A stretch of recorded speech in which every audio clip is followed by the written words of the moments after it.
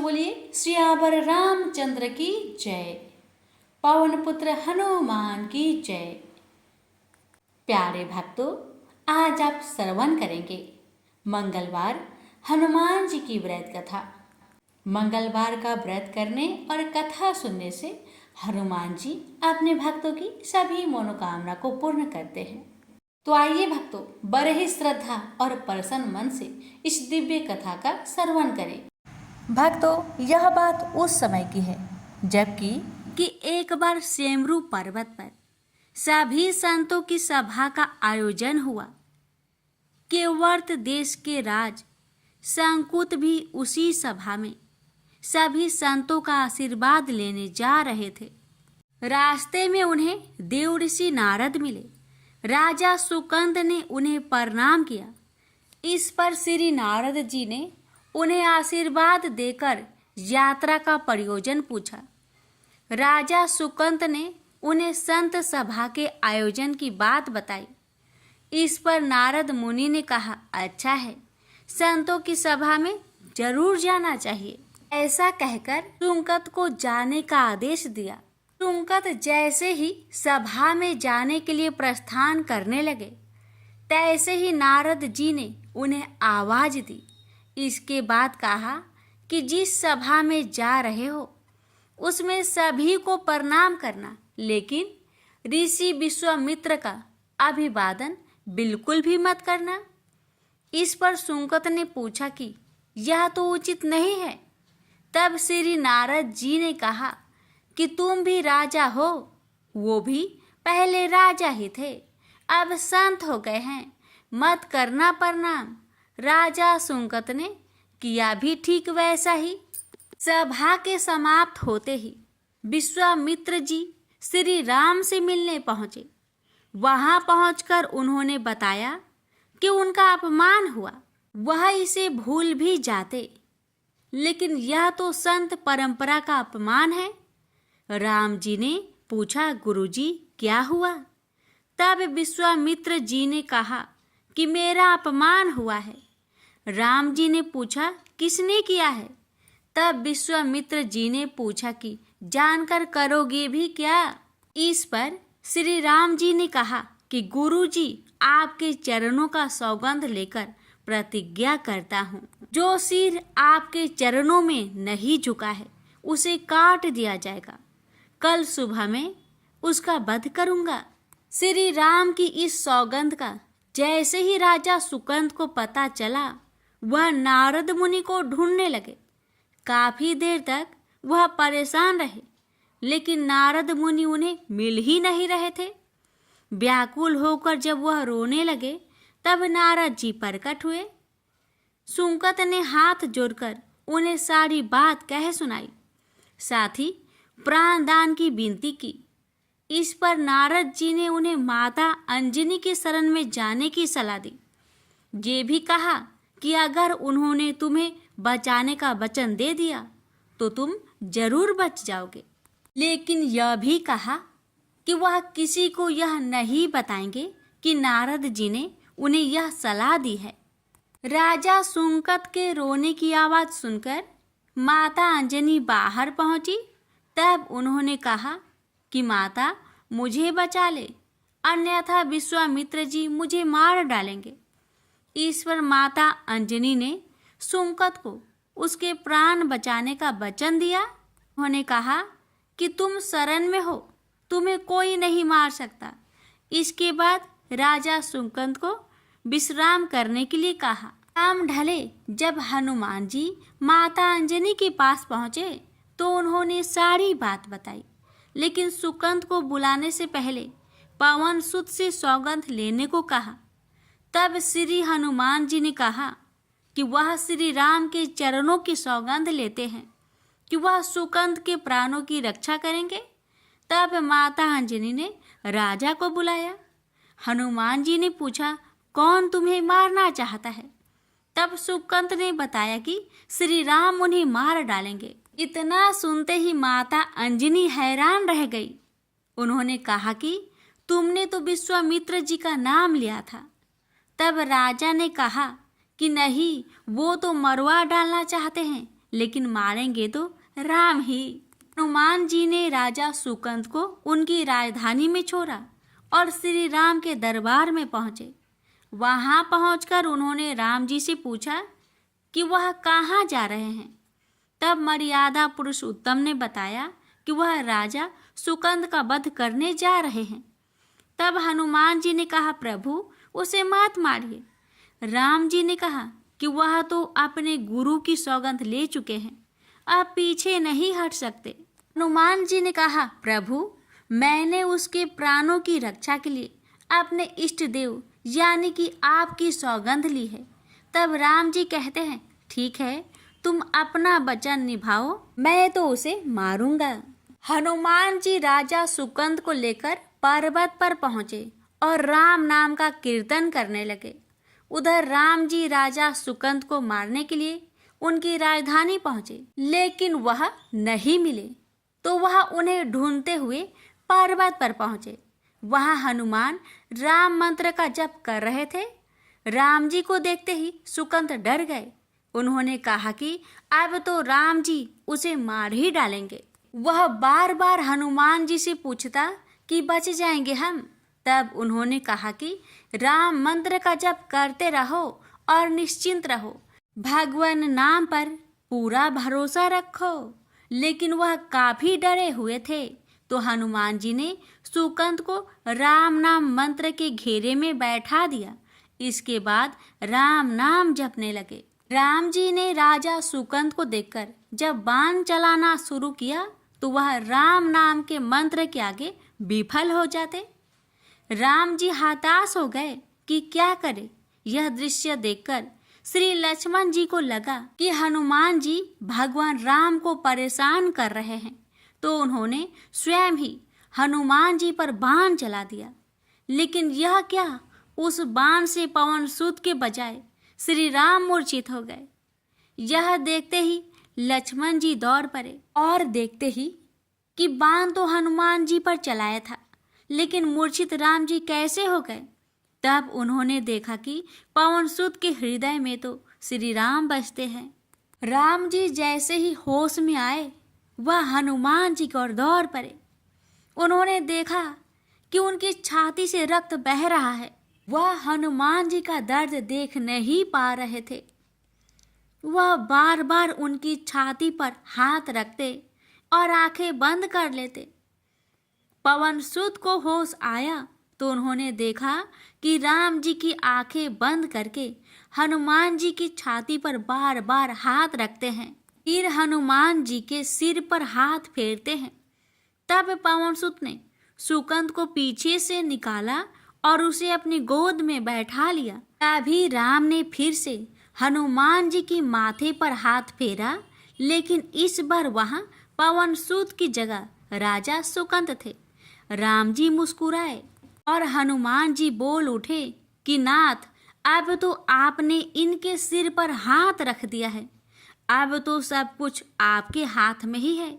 इसकी मृत्यु भी और जीवन भी आप ही सुकंद की जीवन की रक्षा करे। राम जी ने हनुमान जी से कहा कि जिसे तुम अपनी गोद में बैठा लो उसके सिर पर तो मुझे हाथ रखना ही पड़ेगा, लेकिन गुरु जी को क्या जवाब देंगे। तभी हनुमान जी को विश्वामित्र जी सामने से आते दिखाई पड़े। उन्होंने राजा सुकंद से कहा कि जाओ, तब प्रणाम नहीं किया तो क्या हुआ, अब कर लो। राजा ने दौड़कर विश्वामित्र जी का अभिवादन किया।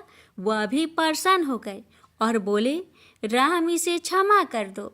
मैंने इसे क्षमा कर दिया, क्योंकि संत का काम मिटाना नहीं बल्कि सुधारना होता है। यह भी सुधर गया है। उन्होंने सुकंद से पूछा कि संत का सम्मान न करने की सलाह तुम्हें किस कुसंग में मिली। राजा सुकंद विश्वामित्र जी से कुछ कहते कि इससे पहले नारद मुनि प्रकट हो गए। उन्होंने सारी घटना कह सुनाई। तब विश्वामित्र जी ने पूछा कि नारद, तुमने ऐसी सलाह क्यों दी। तब नारद जी ने कहा, अक्सर ही लोग मुझसे पूछते थे कि राम बरे या राम का नाम बरा, तो मैंने सोचा कि क्यों न कोई लीला हो जाए। कि लोग अपने आप ही समझ ले कि भगवान से अधिक भगवान के नाम की ही महिमा है। प्रेम से बोलिए जय श्री राम।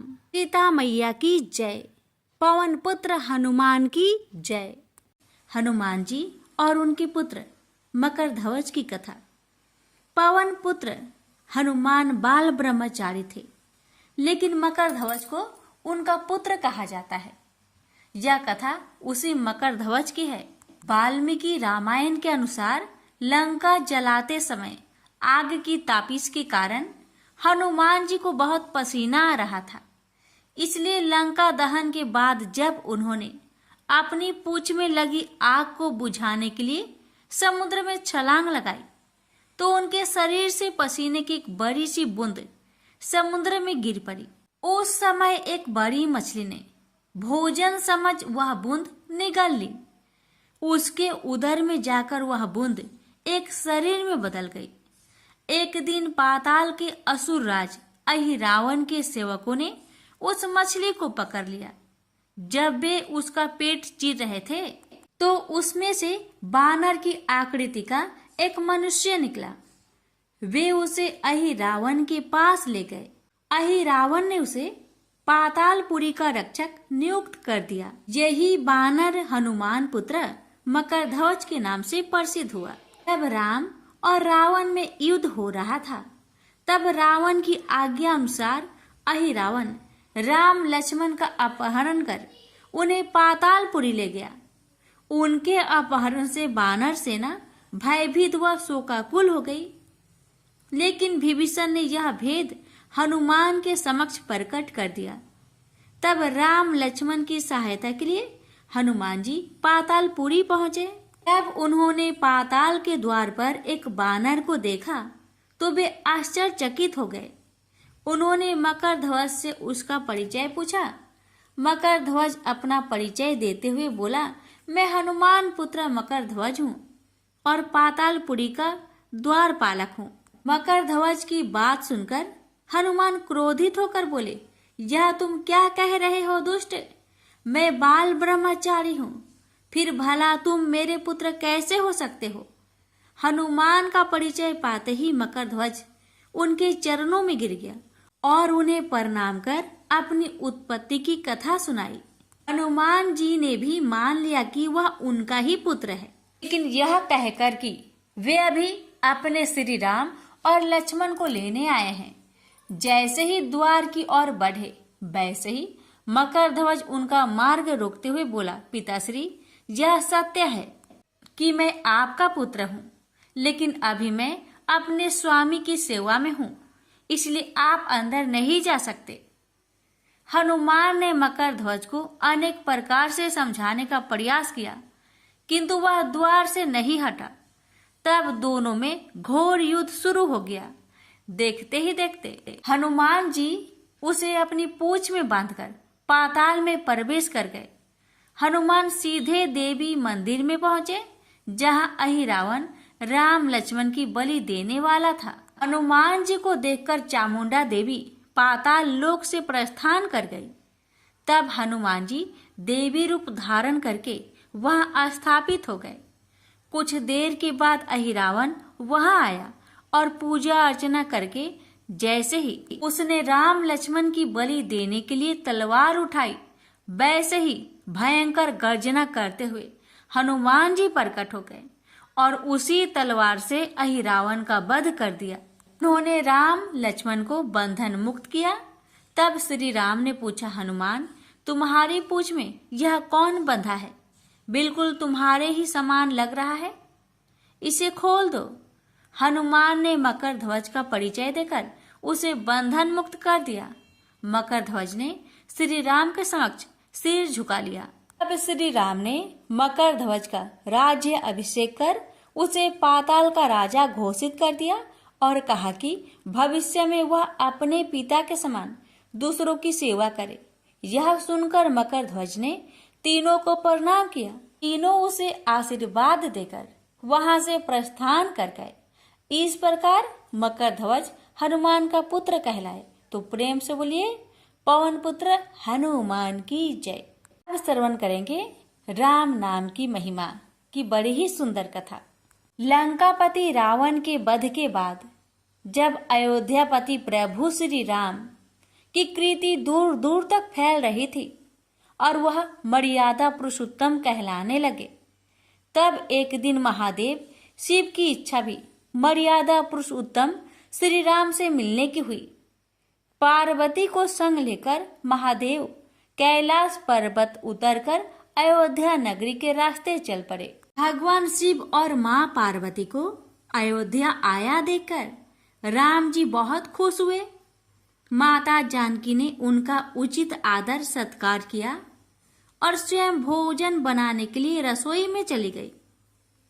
इस बीच भगवान शिव ने श्री राम जी से पूछा, आपके सेवक हनुमान जी दिखाई नहीं पड़ रहे हैं? श्री राम बोले, वे बगीचे में हैं। शिव जी ने श्री राम जी से बगीचे में जाने की अनुमति मांगी और पार्वती जी का हाथ थामकर बगीचे में आ गए। बगीचे की खूबसूरती देखकर उनका मन मोहित हो गया। आम के एक घने वृक्ष के नीचे हनुमान जी दीन दुनिया से बेखबर गहरी नींद में सोए थे और एक लय में खराटे से राम नाम की ध्वनि उठ रही थी। चकित होकर शिवजी और माता पार्वती एक दूसरे की ओर देखने लगे। माता पार्वती मुस्कुरा उठी और वृक्ष की डालियों की ओर इशारा किया। राम नाम सुनकर पेड़ की डालियां भी झूमने लगी थी और इनके बीच से भी राम नाम उच्चारित हो रहा था। शिव जी इस राम नाम की धुन में मस्त मगन होकर खुद भी राम राम कहकर नाचने लगे। माता पार्वती जी ने भी अपने पति का अनुसरण किया और अपने कोमल पैर थिरकाने लगी। शिव जी और पार्वती जी के नृत्य से ऐसी झनकार उठी कि स्वर्गलोक के देवतागण भी आकर्षित होकर बगीचे में आ गए और राम नाम की धुन में सभी मस्त हो गए। माता जानकी भोजन तैयार करके प्रतीक्षार्थ थी, परंतु संध्या घिरने तक भी अतिथि नहीं पधारे। तब अपने देवर लक्ष्मण जी को बगीचे में भेजा। लक्ष्मण जी तो स्वयं को श्री राम का सेवक ही मानते थे। अब बगीचे में आकर जब उन्होंने धरती पर स्वर्ग का नजारा देखा तो खुद भी राम नाम की धुन में झूम उठे। महल में माता जानकी परेशान हो रही थी कि अभी तक भोजन ग्रहण करने कोई भी क्यों नहीं आया। उन्होंने श्री राम जी से कहा, भोजन ठंडा हो रहा है, चलिए हम ही जाकर बगीचे में से सभी को ले आए। जब राम जी बगीचे में गए तो वहां राम नाम की धुन मची हुई थी। हनुमान जी गहरी नींद में सोए हुए थे और उनके खराटों से अभी तक राम नाम निकल रहा था। श्री राम भाव विहल हो उठे। राम जी ने हनुमान जी को नींद से जगाया और प्रेम से उनकी तरफ निहारने लगे। हनुमान जी प्रभु को आया देख शीघ्रता से उठ खड़े हुए। नित्य की सभा भंग हो गई। शिव जी खुले कंठ से हनुमान जी की राम भक्ति की सराहना करने लगे। हनुमान जी सकुचाए लेकिन मन ही मन खुश हो रहे थे। श्री सिया राम ने भोजन करने का आग्रह भगवान शिव जी से किया। तभी लोग महल में भोजन करने के लिए चल पड़े। माता जानकी भोजन परोसने लगी। हनुमान जी को भी श्री राम जी ने पंक्ति में बैठने का आदेश दिया। हनुमान जी बैठ तो गए, परंतु आदत ऐसी थी कि राम जी के भोजन करने के उपरांत ही सभी लोग भोजन करते थे। आज श्री राम के आदेश से पहले भोजन करना पड़ रहा था। माता जानकी हनुमान जी को भोजन परोसती जा रही थी, पर हनुमान जी का पेट ही नहीं भर रहा था। सीता जी कुछ समय तक तो उन्हें भोजन परोसती रही, फिर समझ गई इस तरह से हनुमान जी का पेट नहीं भरेगा। उन्होंने तुलसी के एक पत्ते पर राम नाम लिखा और भोजन के साथ हनुमान जी को परोस दिया। तुलसी पत्र खाते ही हनुमान जी को संतुष्टि मिली और वह भोजन खाकर उठ खड़े हुए। भगवान शिव शंकर ने प्रसन्न होकर हनुमान जी को आशीर्वाद दिया कि आपकी राम भक्ति युगों युगों तक याद की जाएगी और आप संकट मोचन कहलाएंगे। प्रेम से बोलिए सिया रामचंद्र की जय। हर हर महादेव। माता पार्वती की जय। हनुमान जी की जय। व्यास जी ने कहा, एक बार नैमिषारण्य तीर्थ में 80,000 मुनि एकत्र होकर पुराणों के ज्ञाता श्री सूत जी से पूछने लगे, हे महामुने, आपने हमें अनेक पुराणों की कथाएं सुनाई हैं। अब कृपा करके हमें ऐसा व्रत और कथा बताइए जिसके करने से संतान की प्राप्ति हो तथा मनुष्य को रोग शोक अग्नि सर्व दुख आदि का भय दूर हो, क्योंकि कलयुग में सभी जीवों की आयु बहुत कम है। फिर इस पर उन्हें रोग चिंता के कष्ट लगे रहेंगे तो फिर वह श्री हरि के चरणों में अपना ध्यान कैसे लगा सकेंगे। श्री सूत जी बोले, हे मुनियों, आपने लोक कल्याण के लिए बहुत ही उत्तम बात पूछी है। एक बार युधिष्ठिर ने भगवान श्री कृष्ण से लोक कल्याण के लिए यही प्रश्न किया था। भगवान श्री कृष्ण और युधिष्ठिर का संवाद तुम्हारे सामने कहता हूँ, ध्यान देकर सुनो। एक समय पांडवों की सभा में श्री कृष्ण जी बैठे हुए थे। तब युधिष्ठिर ने भगवान श्री कृष्ण से प्रश्न किया, हे प्रभु नंद नंदन गोविंद, आपने मेरे लिए अनेकों कथाएं सुनाई हैं। आज आप कृपा करके ऐसा व्रत या कथा सुनाइए जिसके करने से मनुष्य को रोग चिंता का भय समाप्त हो और उसको पुत्र की प्राप्ति हो। हे प्रभु, बिना पुत्र के जीवन व्यर्थ है। पुत्र के बिना मनुष्य नरकगामी होता है। पुत्र के बिना मनुष्य पितृ ऋण से छुटकारा नहीं पा सकता और ना ही उसका पुण्यक नामक नरक से उद्धार हो सकता है। अतः पुत्रदायक व्रत बतलाइए। श्री कृष्ण भगवान बोले, हे राजन, मैं एक प्राचीन इतिहास सुनाता हूँ, आप उसे ध्यान पूर्वक सुनो। कुंडलपुर नामक एक नगर था। उसमें नंदा नामक एक ब्राह्मण रहता था। भगवान की कृपा से उसके पास सब कुछ था, फिर भी वह दुखी था। उसका कारण यह था कि ब्राह्मण की स्त्री सुनंदा की कोई संतान न थे। सुनंदा पतिव्रता थी, भक्ति पूर्वक श्री हनुमान जी की आराधना करती थी। मंगलवार के दिन व्रत करके अंत में भोजन बनाकर हनुमान जी का भोग लगाने के बाद स्वयं भोजन करती थी। एक बार मंगलवार के दिन ब्राह्मणी गृह कार्य की अधिकता के कारण हनुमान जी को भोग ना लगा सके, तो इस पर उसे बहुत दुख हुआ। उसने कुछ भी नहीं खाया और अपने मन में प्रण किया कि अब तो अगले मंगलवार को ही हनुमान जी का भोग लगाकर अन्न जल ग्रहण करूंगी। ब्राह्मणी सुनंदा प्रतिदिन भोजन बनाती, श्रद्धापूर्वक पति को खिलाती, परंतु स्वयं भोजन नहीं करती और मन ही मन श्री हनुमान जी की आराधना करती। इसी प्रकार 6 दिन गुजर गए और ब्राह्मणी सुनंदा अपने निश्चय के अनुसार भूखी प्यासी निराहार रही। अगले मंगलवार को ब्राह्मणी सुनंदा प्रातः काल ही बेहोश होकर गिर पड़ी। ब्राह्मणी सुनंदा की इस असीम भक्ति के प्रभाव से श्री हनुमान जी बहुत प्रसन्न हुए और प्रकट होकर बोले, सुनंदा, मैं तेरी भक्ति से बहुत प्रसन्न हूँ, तू उठ और वर मांग।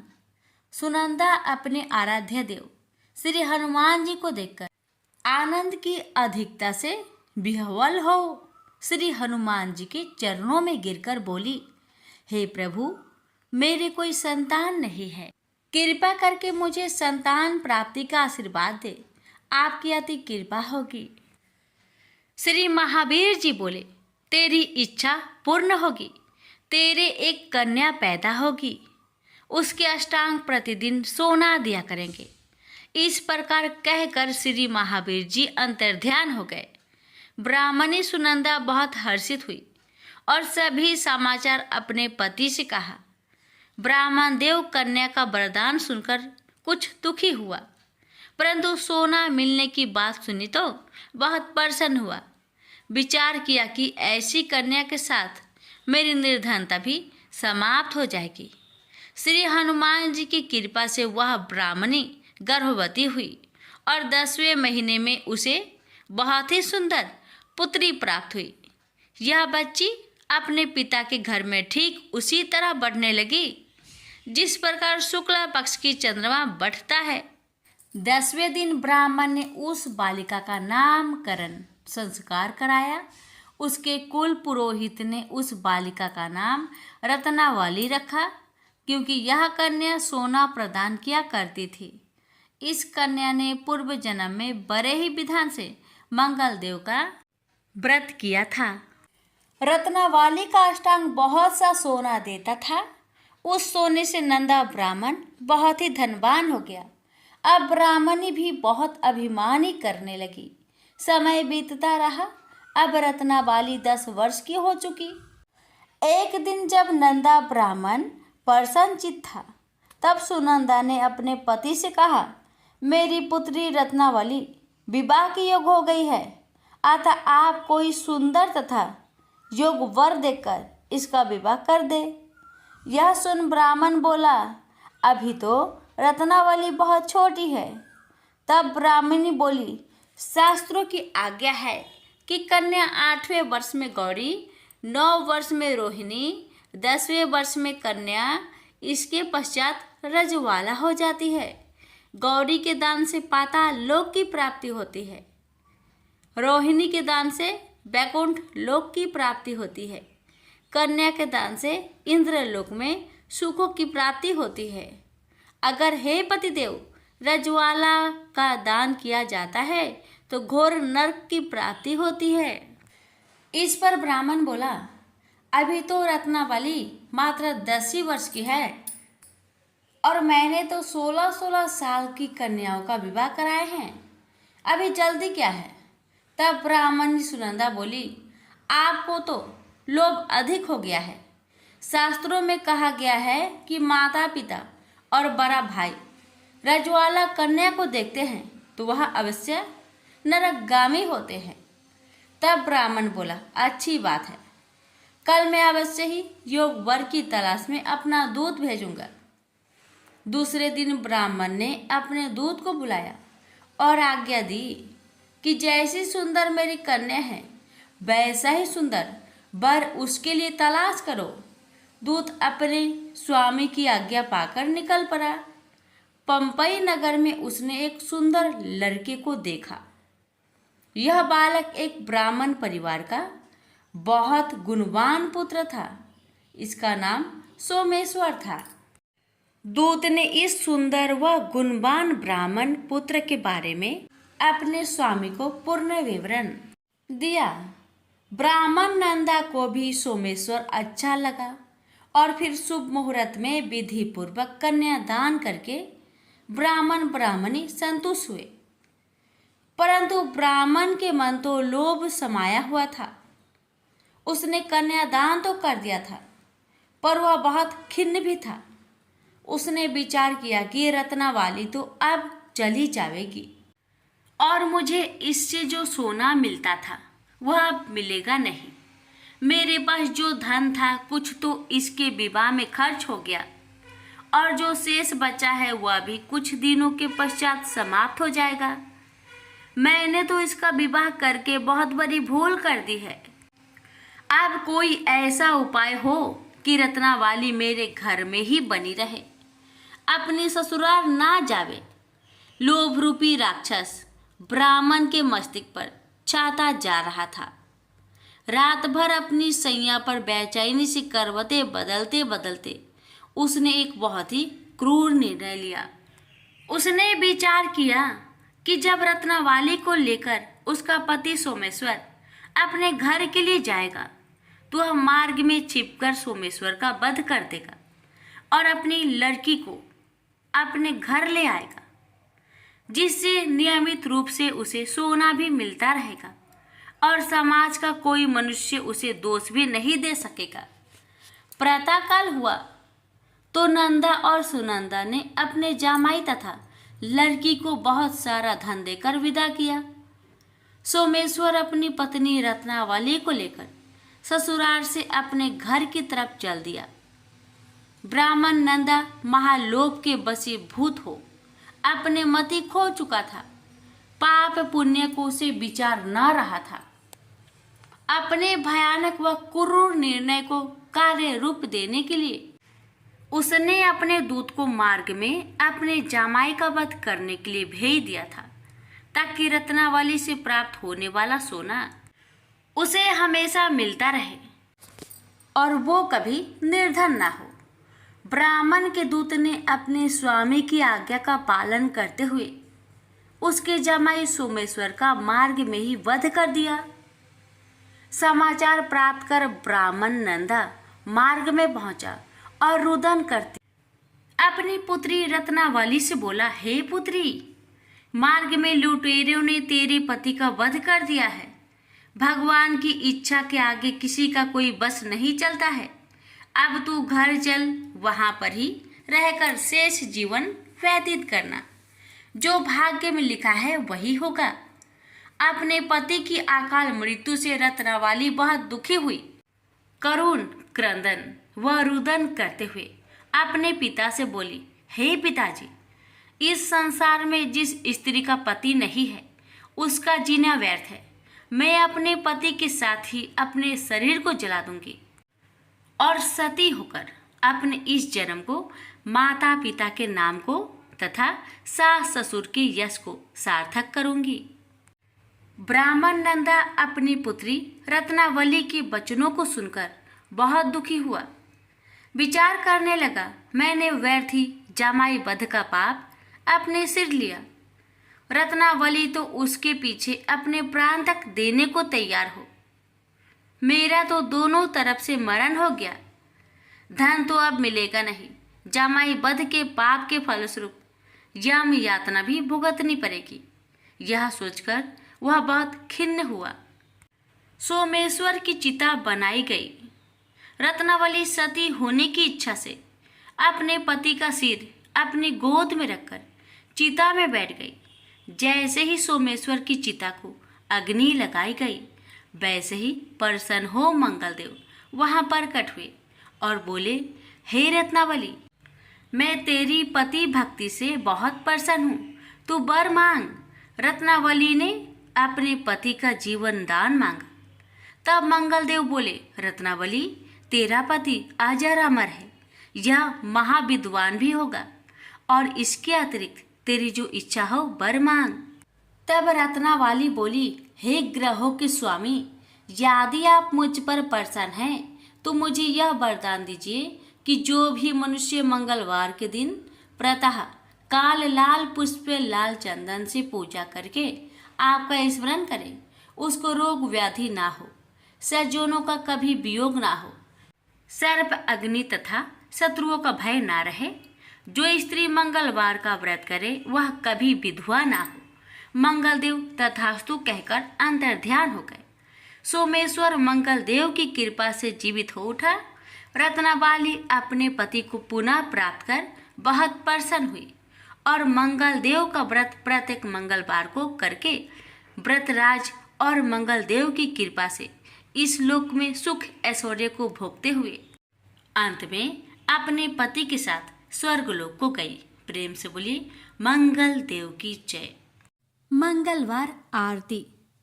आरती की जय हनुमान लला की, दुष्ट दलन रघुनाथ कला की।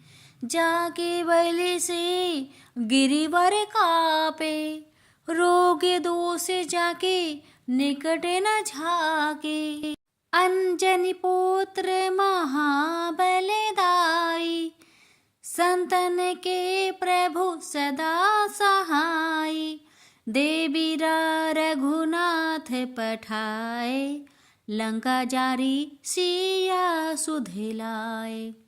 लंका सौकट समुद्र सिखाई, जाते पवन सुते बार न लाई।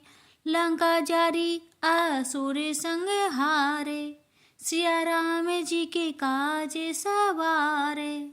लक्ष्मण मोरे चिति परे सकारे, आनी सजीवन प्राण उबारे। पैठी पाताल तोरी जमकारे, अहि रावण की भुजा उखारे। बाएं भुजा असुरी दले मारे, दाहिने भुजा सती जन तारे। सुर नर मुनि जन आरती उतारे, जय जय जय हनुमान उचारे। कंचन थार कपूर लो छाई, आरती कारत अंजना माई। लंक विध्वंस किन्हीं रघुराई, तुलसीदास प्रभु कीर्ति गाई। जो हनुमान जी की आरती गावे, बसी बैकुंठ परम पद पावे। आरती की जय हनुमान लला की, दुष्ट दल ने रघुनाथ कला की। आरती की जय हनुमान लला की, दुष्ट दल ने रघुनाथ कला की। प्रेम से बोलिए पवन पुत्र हनुमान की जय। मंगल देव की जय।